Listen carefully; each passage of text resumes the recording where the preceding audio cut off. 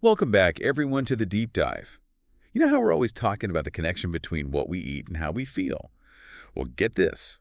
Today, we're going to dive deep into the world of nutritional therapy, and specifically how it can play a role in managing things like depression and anxiety. I'm excited to have you with us. Absolutely. And I think a lot of people will be surprised by what we're talking about today because for years, nutrition and mental health were treated as totally separate things. But the reality is that our brains, just like our hearts or our lungs or any other organ, they need certain nutrients to function properly. Okay, so it really is all connected. Like Mm. what we eat literally impacts how we think and feel. It really does. It affects our mood, our focus, our ability to handle stress. Whoa. It's pretty amazing. That makes total sense. Yeah. You know, I've heard this term gut-brain axis thrown around a lot lately.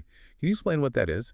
Yeah, it's a pretty fascinating concept. It basically means that there's this constant communication going on between our gut and our brain. And the trillions of bacteria that live in our gut, what we call the microbiome, actually have a big influence on our brain chemistry. So you're telling me that the bacteria in my stomach can affect my mood. Exactly. For example, did you know that 90% of our serotonin is actually produced in the gut? No way. I always thought serotonin was a brain thing. It is a brain thing, but it turns out most of it is made in our gut, not our brains. Wow. Okay, so gut health is important for a whole lot of reasons, but maybe especially for our mental health. So what can we actually eat to support both our gut and our mental well-being?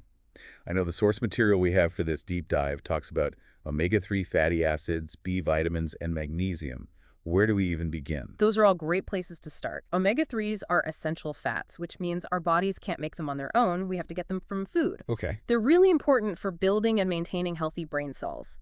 And research suggests that omega-3s also help reduce inflammation in the body, which is important because inflammation has been linked to mood disorders like depression. So that's why people say things like salmon is brain food, right? It's packed with those omega-3s. Exactly. Fatty fish like salmon, tuna, and mackerel are great sources of omega-3s, but you can also find them in plant-based foods like walnuts, chia seeds, and flax seeds. Good to know.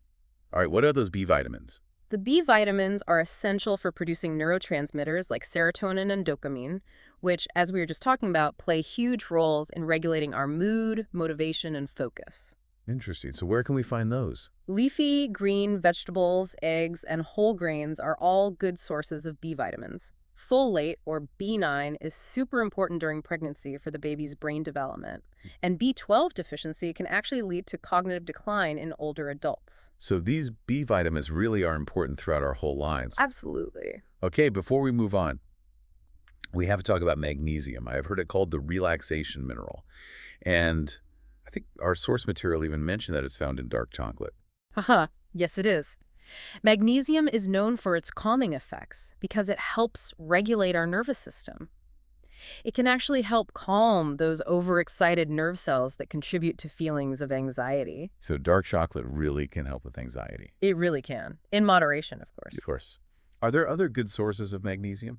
Definitely. You can find magnesium in avocados, almonds, and leafy greens, too. Leafy greens seem to be the MVP of good nutrition, huh? They really are a nutritional powerhouse. So we've covered some of the star players, omega-3s, B vitamins, magnesium. But how do we put all this information into practice?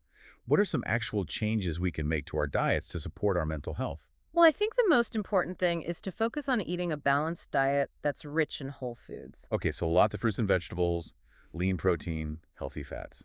Exactly. And on the flip side, it's a good idea to limit things that can disrupt our blood sugar and contribute to inflammation. Like processed foods, sugary drinks, too much caffeine. Yes, all of those things. This is really making me think differently about food. It's like what we eat sets off this chain reaction that affects how we feel mentally and emotionally. That's a great way to put it. And it's not just about what we eat, but also how we eat. Have you ever heard of mindful eating? I have, but honestly, I don't really know what it means. Well, it's all about being present and aware while you're eating. So not just mindlessly shoving food in our faces while we're watching TV or scrolling through our phones. Exactly. Okay, I'm definitely guilty of that. I think a lot of us are. Tell me more about this mindful eating thing. It sounds intriguing. It really is, and we'll dive into it more after a quick break. Sounds good. We'll be right back. Okay, so we're back. And before the break, we were talking about mindful eating. So what is it exactly? Mindful eating is about bringing awareness to the whole experience of eating, really paying attention to the flavors, the textures, even the aromas of your food. Hmm, interesting.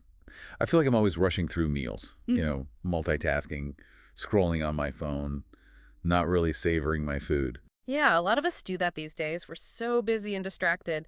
But when we slow down and really tune into our senses while we're eating, it can actually help us enjoy our food more. And it can also help us recognize our body's signals of hunger and fullness better. Ah, that makes sense. So mindful eating could help prevent overeating. It definitely can. When we're more aware of our body's cues, we're less likely to eat past the point of 'Cause fullness. it's not about restricting ourselves Yeah. or following a bunch of rigid rules. Nope. It's more about cultivating a healthy relationship with food and learning to listen to our bodies. I love that. So how do we actually start practicing mindful eating? You can start small. Just try to be more present during one meal a day. Put your phone away, turn off the TV, and just focus on the experience of eating. Okay, that seems manageable. Yeah. What about those times when I'm eating with other people? It feels kind of rude to just ignore everyone and focus on my food. That's true. You don't want to be completely zoned out. Yeah. But you can still be mindful even while engaging in conversation. Just try to take a few moments here and there to really appreciate the flavors and textures of your food. That's a good tip. So we've talked about the mind-body connection, those key nutrients for mental well-being, the gut-brain axis, and now mindful eating. It's amazing how much our food choices can affect how we think and feel. It really is. What would you say is the most important takeaway from all of this? I think the biggest takeaway is that even small changes can make a big difference. Like what? Adding more fruits and vegetables to your meals, drinking more water, maybe trying a mindful eating exercise a few times a week. Little things like that can really add up over time. That's encouraging to hear. I think sometimes people feel like they have to completely overhaul their lives Yeah. to see any improvement in their mental health. Yeah, that's not the case at all. Small, consistent changes are much more sustainable in the long run. Absolutely. And it's important to remember that everyone is different. What works for one person might not work for another.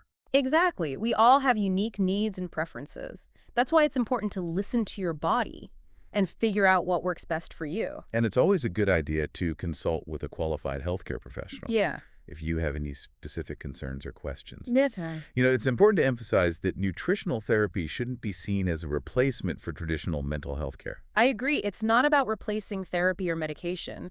It's more about adding another tool to your toolbox to support your overall mental well-being. So it's about taking a more holistic approach. Exactly. We've talked a lot about the power of food today, Yeah. but what are some other lifestyle factors that can impact our mental health? Oh, there are so many. Sleep, exercise, social connection. Okay, let's break those down. Starting with sleep. I know I personally struggle with getting enough sleep. A lot of people do. But getting enough quality sleep is crucial for our mental health.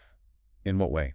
Well, when we don't get enough sleep, our mood, our ability to focus, even our ability to regulate our emotions can be affected. Yeah, I definitely feel that way when I'm sleep deprived. Everything just feels harder. Exactly. So how much sleep should we be aiming for? Most adults need between 7 and 9 hours of sleep per night. Okay, good to know.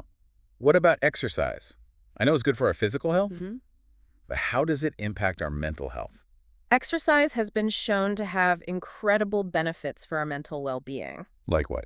It releases endorphins, which have mood-boosting effects. It reduces stress. It improves sleep. It can even boost self-esteem. Wow, that's quite a list. It really is. And I think we all know how good it feels to move our bodies. It's like a natural energy boost. Absolutely. Okay, last but not least, social connection. Spending time with loved ones, nurturing our relationships, and engaging in activities that bring us joy and laughter, Yeah. all of these things play a huge role in supporting our mental health. I couldn't agree more. It's so important to feel connected to others. So we've got nutrition, sleep, exercise, and social connection, all working together to create a sense of overall well-being. It's all interconnected. This has been such a fascinating deep dive. What a great reminder that taking care of our mental health is a multifaceted journey. It really is. Any final thoughts for our listeners before we wrap up? Just remember that you're not alone on this journey. There are resources available to support you, and there are people who care. Don't be afraid to reach out for help if you need it. That's so important. Thank you so much for joining us for this deep dive.